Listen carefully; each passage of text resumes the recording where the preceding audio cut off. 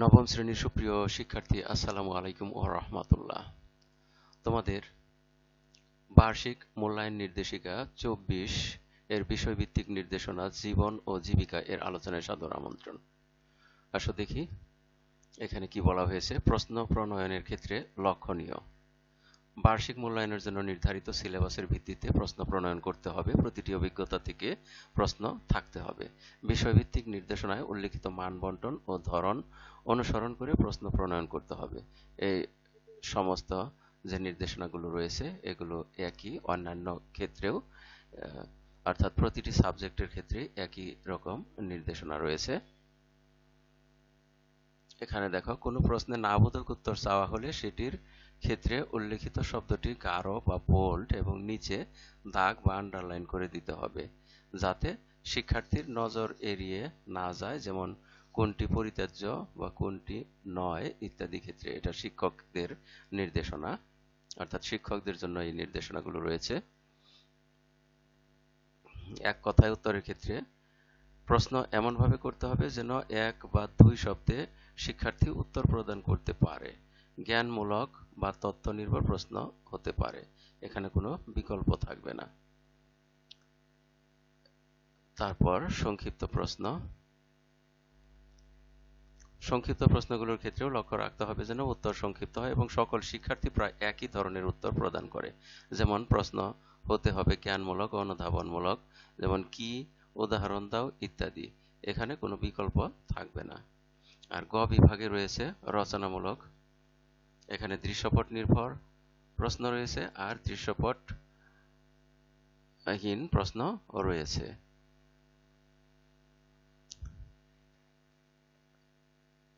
এখানে লক্ষ্য করো, দৃশ্যপট উল্লেখ করার প্রয়োজন নেই, এরকম প্রশ্ন থাকে 5টি, 3টির উত্তর দিতে হয়। আর দৃশ্যপট নির্ভর এখানে 7টি প্রশ্ন থাকবে, তার 5টির উত্তর করতে হবে। আর বার্ষিক পরীক্ষার পাঠ্যক্রম, এখানে 3টি অভিজ্ঞতার নাম রয়েছে, অর্থাৎ এই 3টি তোমাদের বার্ষিক পরীক্ষার জন্য পাঠ্যক্রম রয়েছে। একটি হলো আর্থিক ভাবনা 1 থেকে 29 পৃষ্ঠা পর্যন্ত, উদ্যোক্তা হিসেবে যাত্রা 30 থেকে 60 পৃষ্ঠা পর্যন্ত এবং স্বপ্নের কেরিয়ার সাজাই 61 থেকে 90 পৃষ্ঠা পর্যন্ত। আর প্রশ্নের কাঠামো একই রকম, শিক্ষণকালীন 30% এবং সামষ্টিক 70%, যদিও সামষ্টিক হবে 100 নম্বরের প্রশ্ন এবং সেখান থেকে 70% নম্বর, আর শিক্ষণকালীন 30% নম্বর যুক্ত হয়ে তৈরি হবে ফলাফল। শিক্ষণকালীন মূল্যায়নের ক্ষেত্রে অ্যাসাইনমেন্ট বা ব্যবহারিক কাজ, নমুনা অ্যাসাইনমেন্ট পাঠ্যপুস্তকের 6, 7, 22, 23-তে দেওয়া একক কাজ ও এ জাতীয় অন্যান্য কাজ, আর ব্যবহারিক কাজ পাঠ্যপুস্তকের 27 থেকে 28 এবং এ জাতীয় অন্যান্য কাজ, যার জন্য নাম্বার থাকবে 10। অনুসন্ধানমূলক কাজ, প্রকল্প বা প্রতিবেদন উপস্থাপন, এখানে নমুনা হিসেবে থাকবে প্রকল্প বা প্রজেক্ট পাঠ্যপুস্তকের পৃষ্ঠা 57-88-তে দেওয়া কাজ, অনুসন্ধানমূলক কাজ পাঠ্যপুস্তকের পৃষ্ঠা 43 থেকে 49, 51-তে দেওয়া একক কাজ এবং এ জাতীয় অন্যান্য কাজ, এর মধ্যে নাম্বার থাকবে 10। আর শ্রেণীর কাজ, পাঠ্যপুস্তকে সন্নিবেশিত একক ও দলগত কাজ, ছক পূরণ, বক্স পূরণ, ফ্লোচার্ট অঙ্কন, যেমন পাঠ্যপুস্তকের পৃষ্ঠা 58, 63, 65, 69, 75, 86 দেওয়া এবং এ জাতীয় অন্যান্য কাজ, যাতে নাম্বার থাকবে 10। শিক্ষক উপরের ছকে প্রতিটি ক্যাটাগরিতে উল্লিখিত নমুনা কাজগুলি থেকে এক বা একাধিক কাজ শিক্ষণকালীন মূল্যায়নের জন্য বেছে নিতে পারেন। সবগুলো কাজ যে উপরের 3টি ক্যাটাগরিতে ভাগ করেই করতে হবে এমনটি নয়। শিক্ষক যে কোনো ধরনের 3টি কাজের মাধ্যমে মূল্যায়ন করতে পারেন। সামষ্টিক মূল্যায়ন, প্রশ্নের ধারা ও মান বণ্টন। এই ক্ষেত্রে লক্ষ্য করো, নৈর্ব্যক্তিক প্রশ্ন থাকবে বহু নির্বাচনী 15টি, এক কথায় উত্তর 10টি এবং প্রতিটিতে 1 করে নাম্বার। আর সংক্ষিপ্ত প্রশ্ন উত্তর খ বিভাগে সংক্ষিপ্ত উত্তর প্রশ্ন, এখানে 10টি প্রশ্ন থাকবে, 10টির উত্তর দিতে হবে এবং 2 করে নাম্বার। আর রচনামূলক অংশে দৃশ্যপটবিহীন, এখানে 5টি থাকবে, 3টির উত্তর দিতে হবে এবং প্রতিটিতে নাম্বার হলো 5 করে। আর ঘ অংশে রয়েছে রচনামূলক প্রশ্ন, দৃশ্য নির্ভর। প্রতিটি দৃশ্যপটের বিপরীতে 2টি অংশ থাকে, অর্থাৎ 2টি প্রশ্ন থাকে, এবং প্রশ্ন থাকবে 7টি, উত্তর দিতে হবে 5টি, এবং প্রতিটিতে নাম্বার হলো 8 করে, মোট 40 নাম্বার। এই মোট 100 নম্বরে পরীক্ষা হবে, যার থেকে 70% নম্বর কনভার্ট করে মূল ফলাফলের সাথে যুক্ত হবে। আমরা দেখি বার্ষিক সামষ্টিক মূল্যায়ন 2024 নমুনা প্রশ্নপত্র, জীবন ও জীবিকা, শ্রেণী নবম, পূর্ণমান 100। এখানে যে প্রশ্নগুলো রয়েছে হুবহু এই প্রশ্নটাই দেওয়া যাবে না। শিক্ষকগণ অবশ্যই এটাকে একটু পরিবর্তন করে এর মধ্যে থেকে হয়তো তারা প্রশ্নগুলো নিতে পারে, অথবা অন্য প্রশ্নগুলো এরকম ভাবে তৈরি করে নিতে পারে। আসলে আমরা দেখি এই প্রশ্নগুলোর সাথে সাথে এর উত্তরগুলো আমরা জেনে নেব। একজন মানুষ নিজের পছন্দ ও যোগ্যতা অনুযায়ী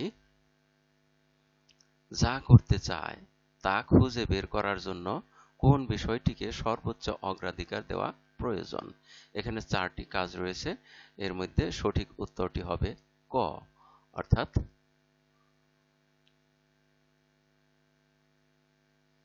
এই যে এখানে যে ক, নিজের আগ্রহ ও দক্ষতা, এটাই হবে সঠিক উত্তর।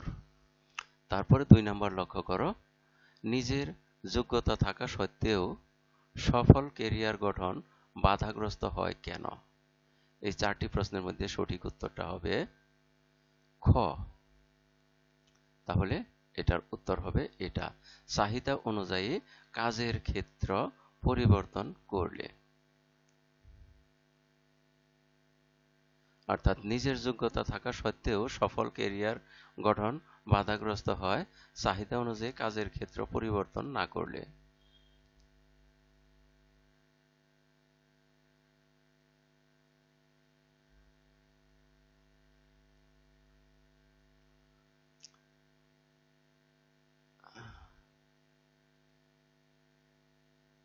আমরা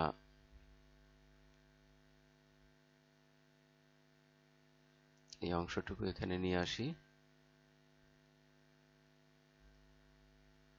এবারে দেখো 3 নম্বর প্রশ্ন, ট্যুরিজম ও হসপিটালিটি সেক্টরে কত ভাগ পেশা ঝুঁকিতে আছে? এখানে উত্তর হলো ঘ, তাহলে 20% বা 20 ভাগ। ট্যুরিজম ও হসপিটালিটি সেক্টরে কত ভাগ পেশা ঝুঁকিতে আছে? 20 ভাগ পেশা আমাদের ঝুঁকিতে রয়েছে। তাহলে সঠিক উত্তর হবে ঘ। তারপরে লক্ষ্য করো 4IR এর পূর্ণরূপ কি? এখানে এটার উত্তর হবে 4 নম্বরেও ঘ, তাহলে হলো ফোর্থ ইন্ডাস্ট্রিয়াল রিভলিউশন। 4IR বলতে ফোর্থ ইন্ডাস্ট্রিয়াল রিভলিউশন।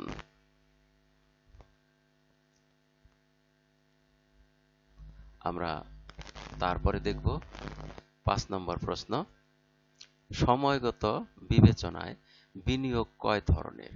সময়গত বিবেচনায় বিনিয়োগ হলো, এখানে দেখো উত্তরটা আছে ক, অর্থাৎ 3 ধরনের। সময়গত বিবেচনায় বিনিয়োগ 3 ধরনের। আমরা এরপরে দেখব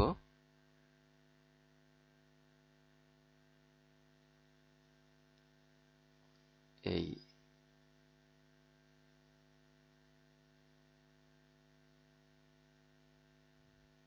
অংশটুকুতে